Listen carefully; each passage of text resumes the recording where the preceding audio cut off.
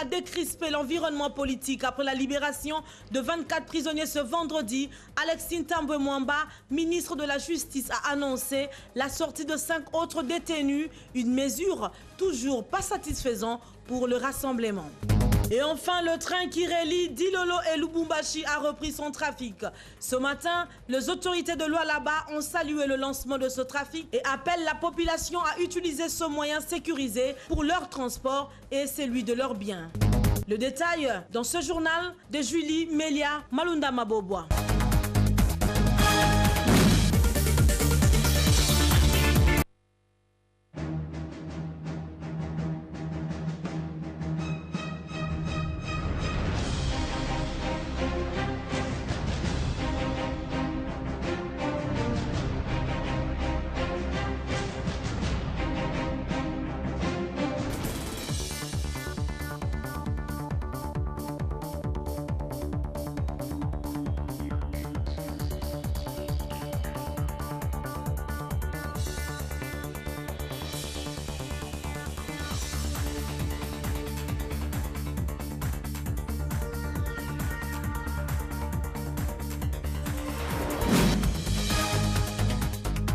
Le dialogue va bientôt revêtir son caractère inclusif. L'opposition républicaine de Léon Kengo-Adondo, l'opposition citoyenne de Justin Bitakwira et la nouvelle classe politique et sociale de Steve Mikaï ont rejoint Béatrice Hotel. Léon Kengo-Adondo a conduit personnellement sa délégation.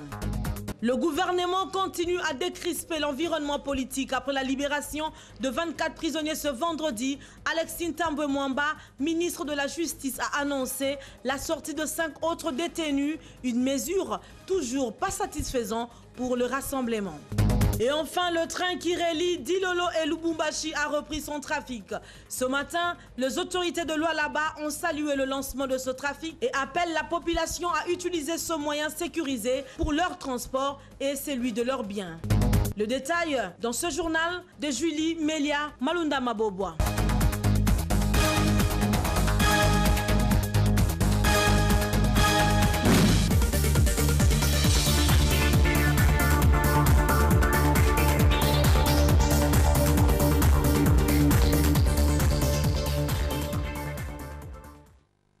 Merci à toutes et à tous de nous choisir pour vous informer. Vous nous suivez à Kinshasa, comme partout dans le monde, à travers Mediasat. Madame, Messieurs, bienvenue dans cette session d'information sur la télévision africaine que nous ouvrons par la mesure de décrispation politique signée par Alexis Tambwe Mwamba, ministre de la Justice et garde de Sceaux, qui ont encore déclenché les procédures pour remettre en liberté 5 prisonniers jusque-là.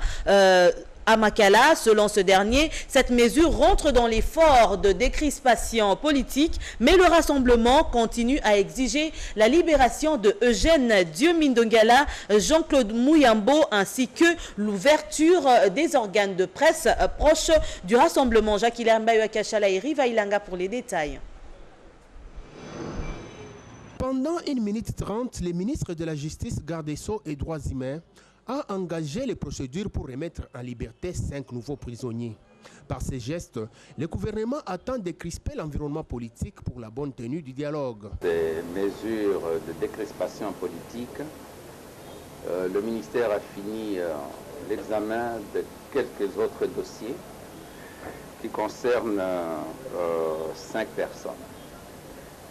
J'ai écrit ces jours au procureur général de la République pour procéder aux formalités en vue de libérer 4 activistes de Lucha. Bienvenue Matumo, Victor Tessongo, Marc Héritier Capitaine, Godefroy Mwanabwato, ainsi qu'un activiste du mouvement Filimbi, Jean de Dieu Kilima. Les formalités vont se faire à partir de ce jour. Ils devraient pouvoir quitter la prison de Makala dans les 2-3 jours qui viennent. D'après le rapport qui m'a été fait également ce matin, les personnes pour lesquelles j'avais annoncé la libération le vendredi dernier devraient commencer à sortir à partir de ce week-end. Bonne journée. On va vous distribuer la liste de noms. Les rassemblements des forces politiques et sociales acquises au changement, chapeautés par Étienne Tshisekedi et ses différents alliés, n'est toujours pas satisfait des réponses données à ces préalables, dont la libération d'un certain nombre de prisonniers, entre autres, Eugène Djomindongala et Jean-Claude Mouyambo. Cette plateforme exige aussi l'ouverture des médias proches du rassemblement. Mais pour le gouvernement, vu la multiplicité des procédures, il faut laisser le temps au temps.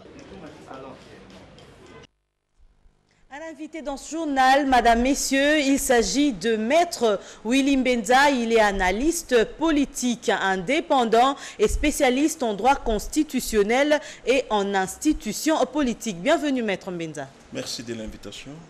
Maître Mbenza, vous avez suivi ensemble avec nous le ministre qui a encore une fois de plus ajouté à la liste de prisonniers à libérer 5 autres personnes. Mais la question que l'on se pose, il vient de le dire lui-même, que ce week-end, ceux qui ont été libérés la semaine passée pourront commencer à sortir ce week-end. Alors ceux qui ont été libérés aujourd'hui, on ne sait pas quand est-ce qu'ils vont commencer à recouvrir leur liberté, mais nous voudrions savoir, puisque vous êtes spécialiste en la matière, ce que dit la loi. Est-ce qu'il faut commencer d'abord par publier et puis qu'ils attendent en prison pour qu'on leur libère après? En fait, de là où je viens du pays de Mandela. L'Afrique du Sud. L'Afrique du Sud, il y a des compatriotes qui m'ont posé la question de savoir comment on disait qu'ici chez nous, il n'y avait pas de prisonniers politiques. Et ce qu'on libère, c'est qui? J'ai dit oui, j'ai pris la question. J'allais répercuter la question auprès de M. Mendelambert qui s'est dit être porte-parole du gouvernement. N'est-ce pas? Pour permettre à ce qu'il y ait une réponse dans ces contextes. Vous savez, les intellectuels souffrent beaucoup dans ces pays simplement parce que les concepts universels ne sont plus compris de la même façon que chez nous. Ça dépend des circonstances. Même quand vous parlez de la grâce en principe ne peut pas être discriminatoire. Ça doit concerner tout ce qui rentre dans les critères. Mais ici, vous dites simplement parce qu'il y a une pression de certains compatriotes en ce qui concerne ce que vous considérez comme étant des prisonniers politiques. Vous voulez limiter ça seulement à eux. Ça crée une discrimination. C'est à ce titre-là que nous voudrions conseiller utilement que si effectivement les chefs de l'État, en bon père de famille, décident d'effacer la poursuite de la peine pour certains compatriotes, il faudrait que ça concerne tous ceux qui rentrent dans les critères. Sinon, si vous voulez indexer comme vous faites là, ça risque de ressembler à la discrimination et c'est dont nous craignons depuis. Et alors, Maître Mbenza, est-ce qu'on peut gracier par liberté provisoire? Qu'est-ce que dit la loi? Je dis que les intellectuels souffrent beaucoup au Congo, n'est-ce pas?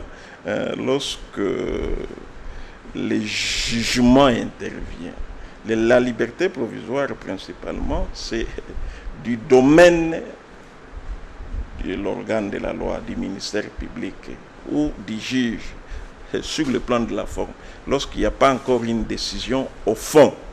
Mais lorsqu'il y a une décision au fond qui intervient, en principe, on ne peut plus parler d'une liberté provisoire, simplement parce que la personne qui a été condamnée a été privée de la liberté d'une manière définitive pendant un certain temps, n'est-ce pas? Et s'il faille que cette liberté-là revienne, il y a beaucoup de considérations qui entrent en ligne de compte, notamment la grâce, l'amnistie, ainsi de suite. Donc, dans le contexte actuel, pour ceux qui ont été condamnés au fond d'une manière définitive, s'il s'avère que le chef de l'État décide de les gracier, en principe, on ne peut plus parler d'une liberté provisoire.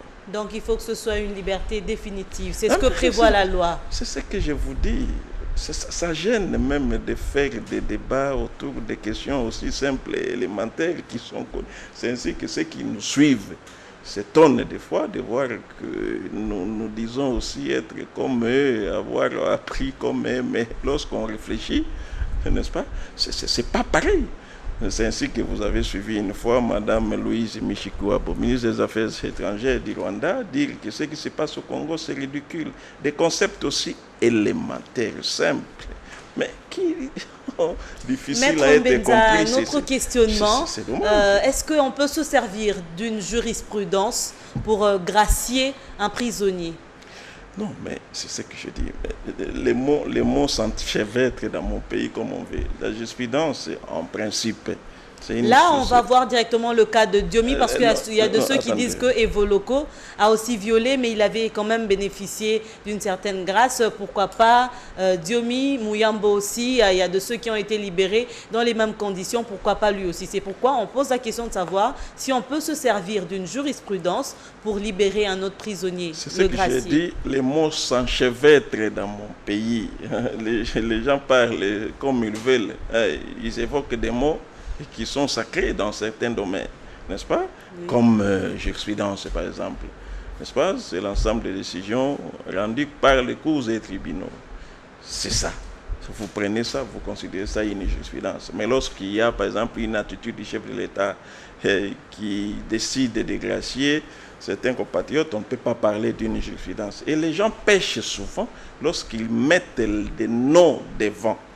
Vous dites non parce qu'il y a tel, il faut une telle attitude. Non, le chef de l'État est le symbole de l'unité nationale.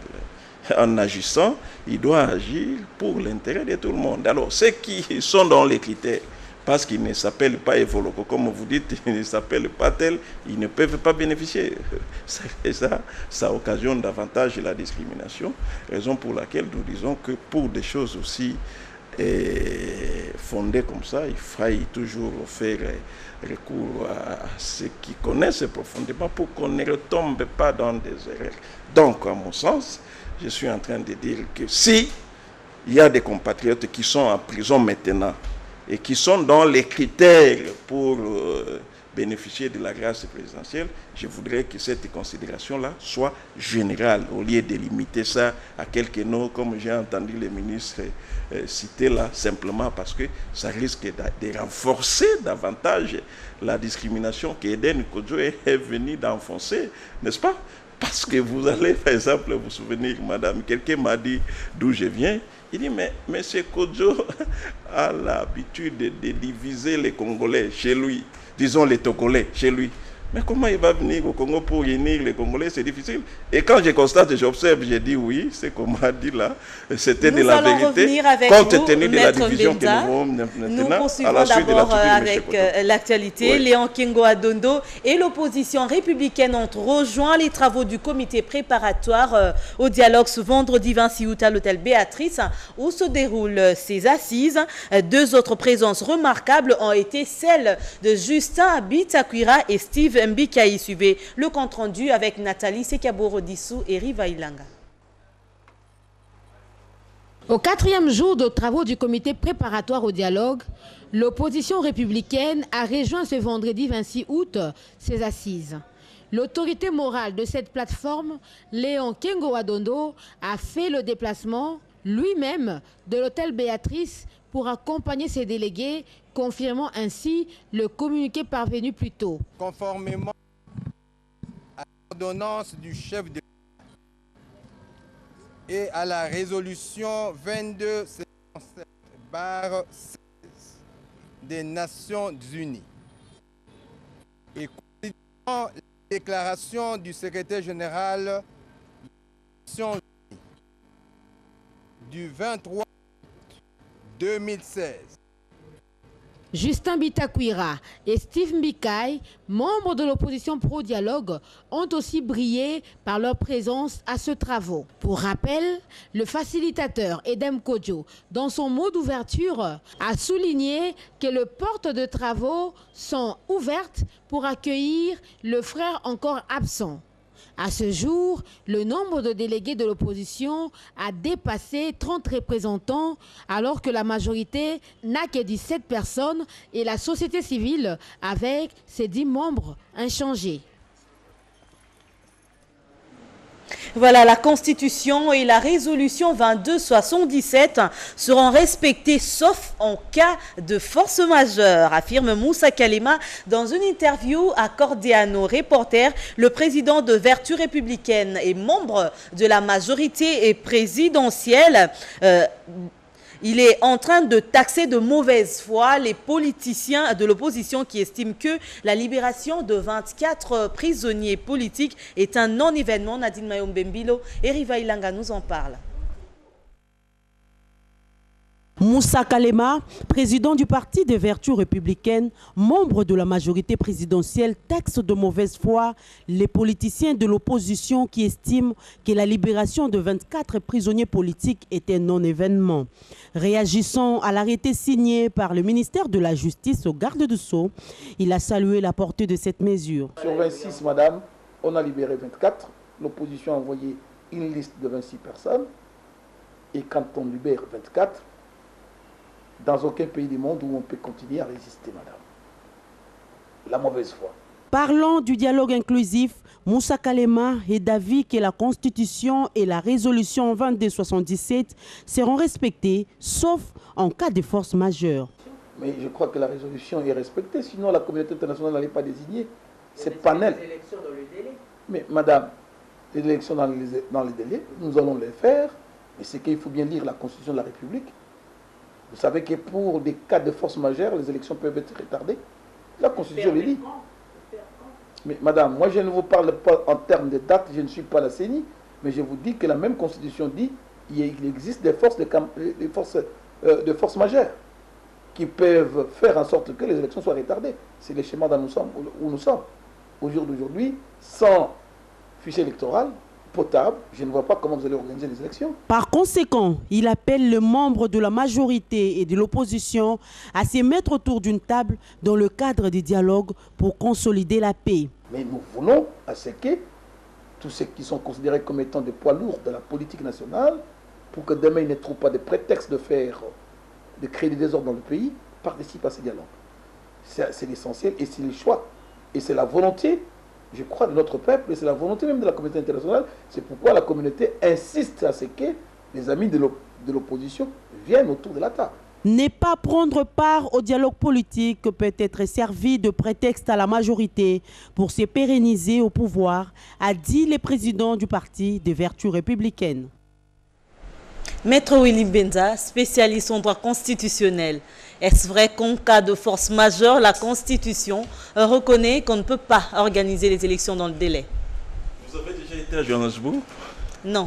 Ah oui, mais je vais demander à Maître Azarias de provoquer un voyage pour vous. Vous allez voir un quartier à Johannesburg qui s'appelle Soweto.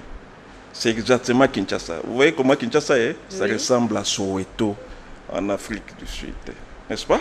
Simplement parce que les gens ne veulent pas faire comme Mandela que je vois dans une effigie. Il faut dire à M. Kalema, n'est-ce pas, d'être posé, de parler des choses qu'il connaît. N'est-ce pas? La force majeure n'est prévue que dans les contextes où nous sommes dans une présidence intérimaire. Ça va? Mais pour la présidence normale, il n'y a pas de force majeure. Ça va? Ça voudrait dire quoi? Lorsqu'il n'y a pas élection, je vous ai dit ici 1000 fois, nous passons à la période intérimaire. Le président du Sénat assure l'intérim, n'est-ce pas? Et il a 2 mois pour organiser l'élection présidentielle, maximum 3 mois. Lorsqu'il y a un cas de force majeure, c'est alors que la Cour constitutionnelle proroge cette échéance-là de 3 mois à 4 mois. Ça suffit pendant la période intérimaire, n'est-ce pas? Alors, on ne doit pas venir dire, oh, tu vois ici, non, la Constitution prévoit la période intérimaire dans les contextes actuels. Non.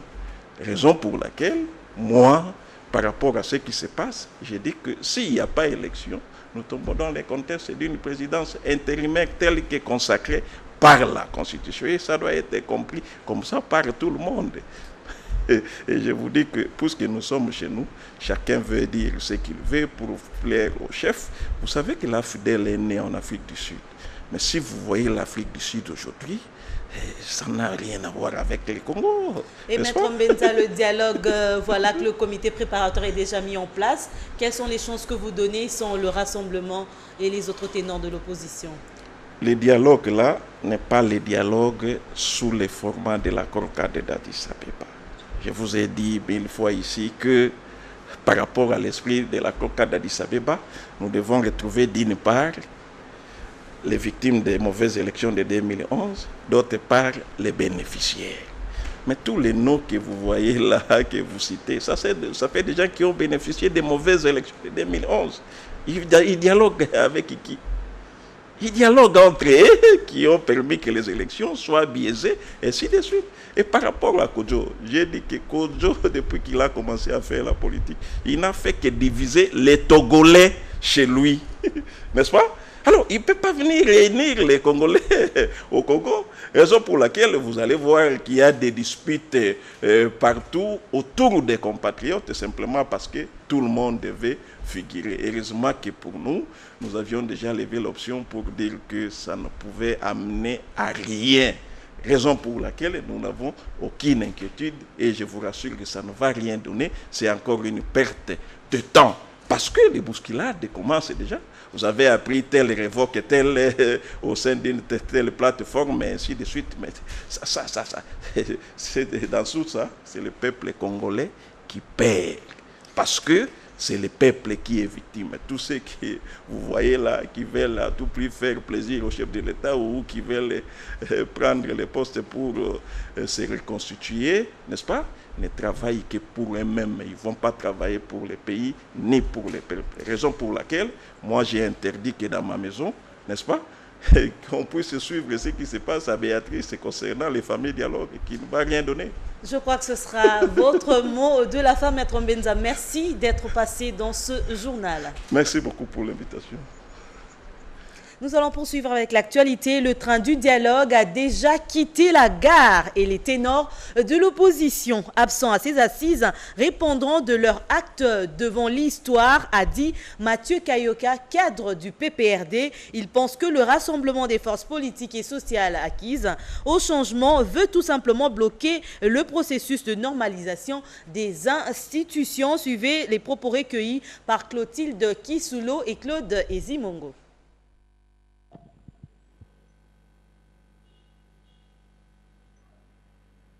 Notre point de vue à ce sujet, c'est que Edem Kodjo a eu beaucoup plus de temps pour préparer ses assises avant son lancement. C'est-à-dire nous attendions ces moments qui s'est passé le mardi 23 passé. Nous l'avions attendu durant 9 mois. Entre-temps, l'opposition congolaise qui réclamait à tort l'avenue d'un facilitateur étranger, l'Union africaine, nous avons prôné le panafricanisme, nous avons fait appel à l'Union africaine qui nous a envoyé M. Edem Kodjo comme le seul facilitateur qui est accepté par tous, que ce soit par l'Union africaine, l'OIF, que ce soit par l'Union européenne, tous nos partenaires qui nous aident dans la démocratisation de notre pays. Aujourd'hui, nous sommes vraiment étonnés que ces mêmes facilitateurs qu'ils ont tant recherchés ne puissent pas les convaincre pour qu'ils deviennent, je ne sais, d'un bord, les autres de la majorité, les autres, carrément, c'est la récusation. Ce qui fait que nous nous retrouvons aujourd'hui, M. Edem Kodjo, pas pour dire qu'il a lancé un dialogue, il a lancé un dialogue non inclusif, mais il est inclusif. La résolution 2277, c'est la résolution des Nations Unies qui renvoie tous les parties prenantes aux élections dans notre pays à un dialogue pour avoir des élections apaisées. C'est-à-dire que nous qui sommes de la majorité, eux qui sont de l'opposition, les autres qui sont de la société civile, les autres également qui sont de confessions religieuses, tous nous devons nous mettre autour d'une table pour que nous puissions discuter des problèmes, des vrais problèmes qui sont des préalables avant que nous puissions avoir des élections. Quittons le soutien pour une récusation. Le président de l'Organisation internationale des droits de l'homme se prononce lui aussi pour le départ d'Edem Kodjo, le facilitateur. Pascal Maloji estime que les vrais dialogues doivent opposer le président Joseph Kabila Kabange et le président du comité des sages du rassemblement, Étienne Tshisekedi. Jacques Mbayo Akiachala et Riva Ilanga pour les détails. Que si réellement les comités de soutien de facilitation ou de la facilitation et déroutés continuent à soutenir les dialogues sans l'autre partie en face, vous comprenez un peu, cela ne va rien résoudre, ça sera même envenimer encore la situation politique dans notre pays. Et nous allons demander, et nous demandons au comité de la facilitation, en fait, ceux qui semblent ou qui prétendent soutenir M. Edem Kodjo, qui a été récusé par une grande frange de l'opposition congolaise, c'est-à-dire l'opposition la vraie, il faut qu'il revienne à la raison parce que notre pays a besoin d'une solution durable. Et des solutions durables, pourquoi? Parce que nous avons des problèmes qui nous préoccupent. Il n'y a pas seulement que les élections. Il n'y a pas que les problèmes liés aux élections, même si les politiciens ne veulent pas le dire. Parce que vous le savez très bien que les mandats du chef de l'État tendent à sa fin. Vous le savez bien selon la Constitution que même le secrétaire général des Nations... Voilà, dans un autre chapitre, l'ONU Femmes, avec l'appui du Royaume de la Belgique, a procédé à la remise des équipements au ministère du Genre, Famille et Enfants à l'hôtel du gouvernement. Un reportage signé Clotilde Kisulo et Claude Zimongo.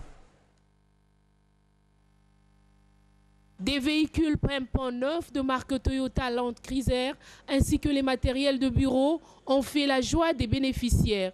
Au cours de la cérémonie des remises de ces équipements, dont de l'ONU Femmes avec l'appui du Royaume de la Belgique, la ministre du Genre, Famille et Enfants, dans son mot de circonstance, a interpellé les membres de son ministère d'en faire bon usage. Merci infiniment tous les bailleurs habituels, entre autres la Belgique et le Japon, qui ont prêté main forte à ONU Femmes pour l'organisation matérielle de cette cérémonie. À ONU Femmes, j'adresse mes félicitations et remerciements car habituellement, elle vient au secours de notre ministère pour l'accomplissement des missions qui lui sont assignées. Il m'importe enfin d'inviter les services utilisateurs de ces équipements à en faire bon usage. Je vous remercie. Satisfait de ce geste, le ministre provincial du Genre, Sud Kivu, M. Mathieu Nash, n'a pas caché ses sentiments. Ça renforce davantage le leadership de notre ministère provincial.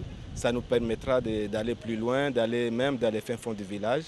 Et là, nous pensons que nous avons maintenant la possibilité de se mouvoir et de rencontrer tous les acteurs locaux dans la promotion des droits de la femme. À son tour, Mme Awa Diaye de l'ONU Femmes s'est dit satisfaite d'avoir accompli ce geste. Vous savez que la résolution 1325 va fêter son 16e anniversaire en octobre. Avec l'appui de la Belgique, nous avons mis en place un projet de mise en œuvre de cette résolution. Et une des illustrations est la création et l'opérationnalisation d'un secrétariat national 1325. À noter qu'au cours de cette cérémonie, des accords ont été signés avec le partenaire de la société civile. Actualité en santé, la campagne préventive de vaccination contre la fièvre jaune a pris fin ce vendredi 26 août.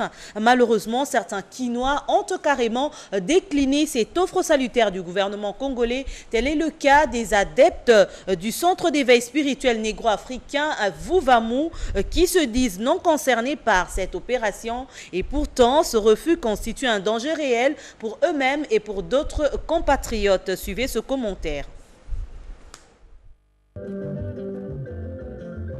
La fin de la campagne de vaccination a été annoncée pour ce vendredi 26 août. À Kinshasa, certains refusent toujours de se faire vacciner. C'est le cas des adeptes du centre d'éveil spirituel négro-africain Vuvamu qui se disent non concernés par cette opération. Ces adeptes avancent comme motif que l'antigène administré à la population serait composé d'un poison retardé, susceptible de produire des effets néfastes dans les tout prochains jours chez toute personne vaccinée.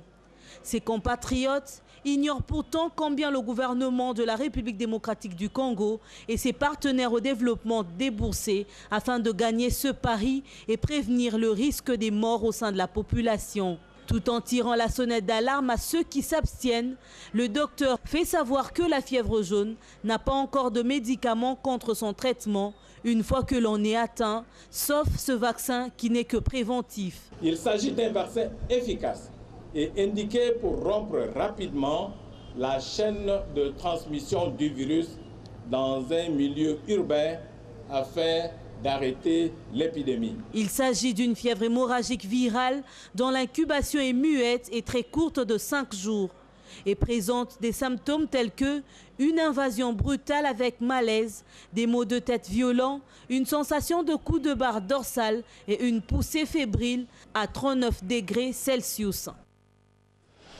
Autre actualité, ouverture ce vendredi dans la commune de la Gombe de la première édition de l'Expo Bio 2016. Ces assises ont pour objectif de réfléchir sur des stratégies susceptibles de mieux protéger l'environnement. Ce forum est organisé par l'organisation non gouvernementale Appui à la communauté rurale pour le développement de l'environnement ACORDEP, en sigle sous la supervision de la nouvelle chambre de commerce national. Nous y reviendrons avec Naomi Longila.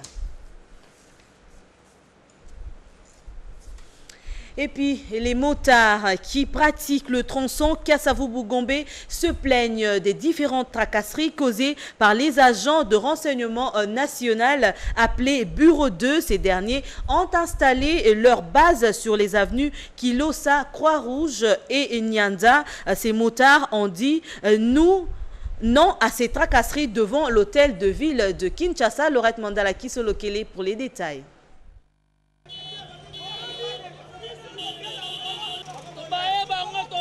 Aujourd'hui, ils étaient à l'hôtel de ville pour exprimer leur mécontentement suite aux tracasseries dont ils sont victimes. Ces motards demandent l'intervention des autorités provinciales pour mettre fin aux activités officieuses des agents des renseignements appelés Bureau 2. Ce groupe de motards exerce leur job au niveau de la commune de Kassavubu. Ils fréquentent les avenues Kilosa, Croix-Rouge, Nyanza et Kabalo. Devenus fiefs des Bureaux 2. Ils sont capables d'appréhender le même jour le même motard 3 fois en un seul jour avec toutes les conséquences qui s'en suivent. Pour ce cas précis, la victime est un jeune homme d'une trentaine révolue ressortissant du Kasaï qui a du mal même à parler lingala. Il a été arrêté à 5 h du matin au niveau de Rail par les Bureaux 2. Ils lui ont tout ravi et a été sauvagement tabassé.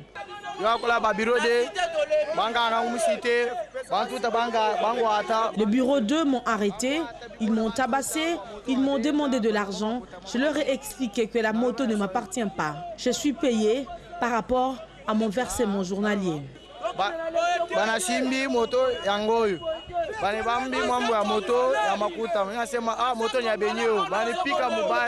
Son compagnon relate le fait un peu plus clairement.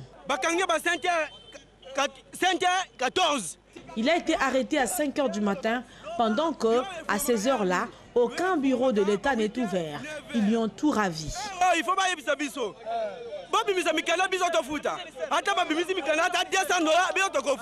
Le président des motards de l'avenue Croix-Rouge et Plateau appelle les autorités à s'impliquer pour mettre fin à cette tracasserie. Nous avons besoin de l'intervention des autorités. Nous ne faisons que notre travail. Pourquoi ces bureaux 2 ne sont installés qu'au niveau de Rail pour nous embêter? Les Kinois recourent au service de motos pour atteindre des coins inaccessibles par les voitures. Être motard est un job qui a permis à quelques jeunes qui hier étaient dans le banditisme de se prendre en charge. Ce nouveau job a des côtés négatifs et positifs. Ceux qui l'exercent méritent du respect et ont droit à la protection et sécurité, comme tout Congolais qui pratique un métier noble. Actualité en province, la campagne armes contre vélo se poursuit. Le gouverneur de la province du Haut-Katanga a procédé à l'incinération de 429 armes à Pueto. Jean-Claude Kazembe a appelé la population de cette partie de la province à l'enrôlement. Vous allez suivre les détails avec notre correspondant à Pueto, Christ Béa.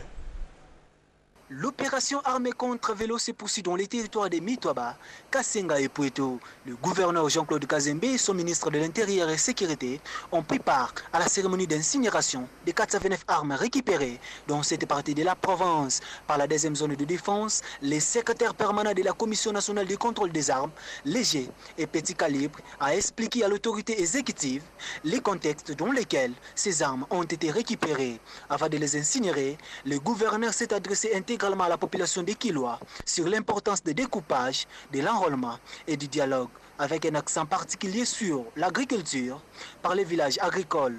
Les 429 armes ont été récupérées dans un intervalle de plus ou moins 4 mois. L'opération avait été lancée officiellement par le président de la République démocratique du Congo, Joseph Kabila Kabange. Depuis la ville de Lubumbashi, dans le Haut-Katanga, Chris Béa, Africa Radio. Quittons la province du Haut-Katanga pour celle du Lualaba. Cela fait plusieurs années depuis que le train de Dilolo est tombé en panne, avec comme conséquence la mort de toutes les activités économiques dans cette partie du sud-est de la province du Lualaba. Grâce au soutien du pouvoir public, la SNCC vient de relancer la connexion Lubumbashi-Dilolo. Les autorités provinciales étaient présentes à la gare depuis 5 h du matin ce vendredi pour accueillir ce train et informer aux responsables de la SNCC que la rotation doit se faire hebdomadairement pour désenclaver le village. Richard Mouyage-Mangazmans a appelé la population à bien protéger cet outil et à encourager les fonctionnaires de la SNCC à exercer leur métier à bon escient. Messieurs, nous allons compléter l'actualité par la lecture des journaux avec Magali Tondo. Bienvenue Magali. Ouvrons cette revue de presse par le journal Le Phare qui mentionne en sa manchette « Dialogue, résolution opposable aux absents ». En effet, Julie Mélia, Le Phare écrit en sa page 3 que des absences détails sont enregistrées au comité préparatoire du dialogue. Il en sera de même dans les jours à venir si Kodjo persiste dans son schéma du passage en force. Ce journal poursuit les caractères non inclusifs du dialogue risque d'infliger à ces résolutions des tristes sorts, des celles des concertations, des tristes mémoires. Magali Tondo, le même journal révèle que Caméré et consorts se sont auto-exclus de la dynamique de l'opposition. Oui, Julie Mélia, le même journal dit attendre impatiemment les réactions de Vital Caméré, Jeannot, Mouenze Kongolo, Fidel Tingomaï et autres après leur auto-exclusion de la dynamique de l'opposition pour non-respect du mot d'ordre. Nous allons continuer, Magali Tondo, après un débat houleux. C'est la volonté de la majorité qui a été adoptée en ce qui concerne l'introduction de la notion de l'alternance au sein du comité préparatoire du dialogue, nous dit le maximum. Ouvert mardi 23 août, les travaux du comité préparatoire ont repris le jeudi après une trêve en guise d'appel du pied à ceux des acteurs politiques encore réticents. Hier jeudi, les partis ont discuté sur les projets de feuille de route. Si pour l'opposition, c'est bien l'alternance politique qu'il fallait discuter au dialogue, étant donné que les présidents en fonction est à son dernier mandat. Pour la majorité, le dialogue devrait être axé sur l'organisation des élections, voie unique pour aboutir à l'alternance. C'est la position de la majorité qui s'est imposée au finish. Magali, nous allons chuter avec le potentiel qui titre en sa page 5, revient sur l'émission grand format d'Africa Télévision et titre Moïse Nyarugabo, mieux vaut aller au dialogue et ne pas s'entendre que de ne pas non plus dialoguer. Reçu sur le plateau du grand format sur Africa Télévision, Moïse Nyarugabo a conscientisé la classe politique congolaise. Pour Moïse Nyarugabo, les mérites du leadership d'un pays, c'est de savoir affronter des crises et en trouver des solutions. S'agissant du facilitateur Edem Kodjo, présenté comme un problème, Moïse Nyarugabo n'est partage pas cet avis. Pour lui, les diplomates togolais n'est pas le problème. Le problème ont commencé avant et les différentes mesures d'exclusion prises dans l'opposition ne traduisent pas une image positive de la démocratie interne. Voilà, madame, messieurs, c'était là la revue de presse sélectionnée, rédigée et présentée par Magali Tondo, que je remercie beaucoup. Je vous en prie, Julie Mélia. Fin de ce journal, merci de l'avoir suivi. Béatrice Diasonama était à la chefferie d'édition. Jacques-Hilaire Mbaye-Wakachala l'a coordonné. À toutes et à tous, restez branchés sur les programmes de la télévision à vocation panafricaine.